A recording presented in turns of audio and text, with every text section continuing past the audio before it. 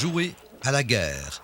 À l'heure du désarmement mondial, au moment où les grands de ce monde eux-mêmes s'apprêtent à ranger leur quincaillerie militaire, est-ce possible que les adultes québécois s'ennuient de la guerre? Et oui, incroyable mais vrai. 45 ans après la fin de la dernière guerre mondiale, 20 ans après la guerre du Vietnam, 3 hommes d'affaires ont jugé bon de lancer un nouveau jeu, Action Commando. Un jeu qui consiste à jouer à la guerre. S'agit-il vraiment d'un jeu ou d'une boucherie affreuse et sauvage? Nous avons posé toutes ces questions à André Laforce, un des propriétaires du jeu de la guerre. Le monde s'imagine, c'est la guerre. Il n'y a pas de contact physique qui se fait du tout à ce sport. Tirer à bout portant sur un adversaire, qu'est-ce que c'est si ce n'est pas la guerre?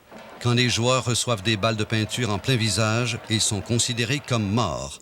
On les oblige alors à se diriger tout droit vers ce qui sert de cimetière. Là, les combattants doivent assumer leur deuil jusqu'à la prochaine escarmouche. T'as aimé le challenge? Ah ouais, t'es. J'ai un chèque d'un bord à l'autre. Ouais, j'ai le fun. Là, j'ai eu la chance d'en tirer une coupe comme je voulais.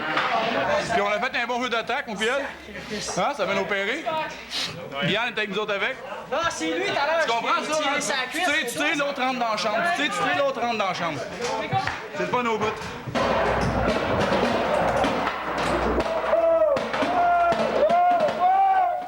Arrêtons-nous un peu et regardons l'équipement. Pour se protéger des balles de peinture, les joueurs doivent endosser un plastron et une visière. Ces vêtements sont obligatoires. S'ajoute à cet arsenal de commando un fusil à air comprimé qui projette les balles de peinture à une vitesse de 200 pieds secondes. Ces balles sont composées d'une crème de couleur enveloppée d'une membrane fragile qui se brise en cas d'impact. Si le joueur reçoit la balle là où il n'est pas protégé par le plastron de caoutchouc sur les jambes ou sur les bras par exemple, la balle risque de pincer et de faire un petit bleu. Gaëtan Sauvé, un des propriétaires du jeu, a déjà fait l'expérience d'un pincement de balle. Coup, ça pince, tu sais. Là, tu viens de te demander qu'est-ce qui s'est passé. Comme moi, la première fois que j'ai joué à l'extérieur, puis j'ai joué avec la balle rouge, tu sais. Puis j'en ai reçu 2, une en arrière de l'autre, sur l'épaule. Et ma première réaction, c'est que je me suis pogné l'épaule de même. Puis là, ça a été automatique. T'sais, je me regardais à la main, là, je voyais c'est rouge. Là, j'ai capoté 3-4 secondes. Après ça, j'ai réalisé, que c'est pas une vraie balle, c'est un jeu, ça, là. Enlève-toi de là, t'es mort. Aimer tuer, être tué, mourir pour le plaisir de rire. N'est-ce pas incroyable? Qui aurait dit qu'en 1990, des Québécois paieraient pour s'entretuer? Avec toute cette violence à la télé, la mort aurait-elle été banalisée? On dirait que de nos jours, la guerre est considérée comme une façon de se défouler. Un verre rouge, Daniel sort en avant de moi, je le tire. C'est mieux que la chasse, tu ramènes pas de gibier, t'es pas obligé de le traîner. Je suis fatigué, mais je suis encore là. Faut que je sois là, c'est bien énervant parce que le gars peut arriver par là, peut arriver par là. On sait pas par où il va arriver, pas en tout, pas en tout. J'étais stressée de tuer quelqu'un puis de me faire tuer aussi. Et tu cours après pour le tirer, tu sais. C'est un challenge en fin de compte.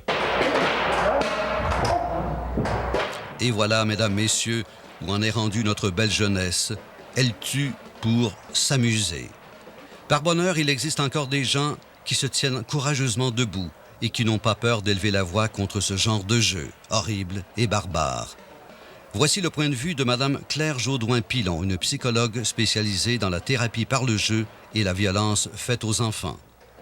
Pour cette thérapeute, chez certains individus, les jeux de guerre peuvent engendrer des comportements très violents.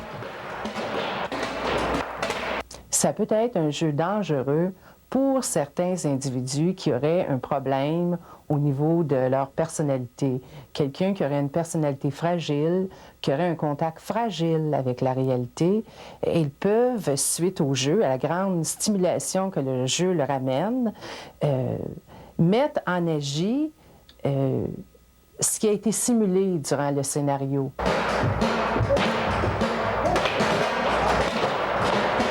Selon Claire Jaudoin-Pilon, chez certains individus perturbés mentalement, les jeux de guerre peuvent contribuer à faire naître ou à augmenter les comportements agressifs. Ces individus inconscients de leurs problèmes peuvent un jour avoir la tentation de recréer le jeu de guerre, mais cette fois-ci avec un vrai fusil et de vraies balles.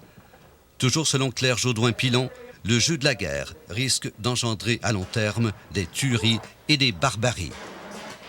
Oui, il y a des gens qui, effectivement, pourraient se livrer à des tueries, oui, effectivement. Oui, suite à ce jeu-là, mais uniquement chez des individus qui ont une grande perturbation. C'est pas n'importe quel individu. Je veux dire, si vous souffrez d'insécurité affective, c'est pas la même chose que quelqu'un qui a un manque de contrôle sur ses pulsions agressives. C'est pas la même problématique. C'est pas les mêmes conséquences non plus.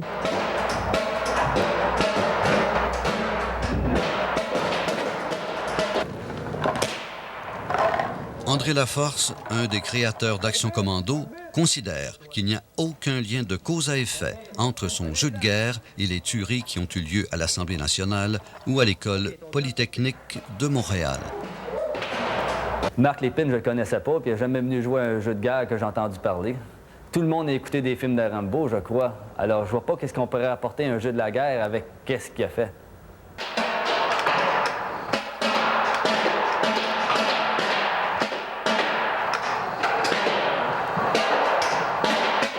Il y a tellement de violence réellement dans le monde que je vois fort mal qu'on invente même des endroits où la violence simulée est permise.